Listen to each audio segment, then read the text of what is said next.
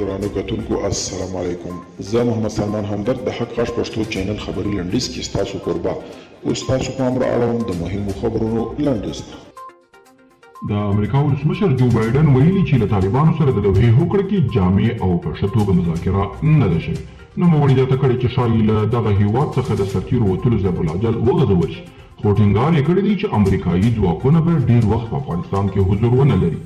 طالبان وایي امریکا د لوحې له هوکړې په سرغړونې په کندهار کې پر طالبانو هوایي بریدونه کړي او د دې جنګیالیو یې ته مرګ ژوبله اړولې.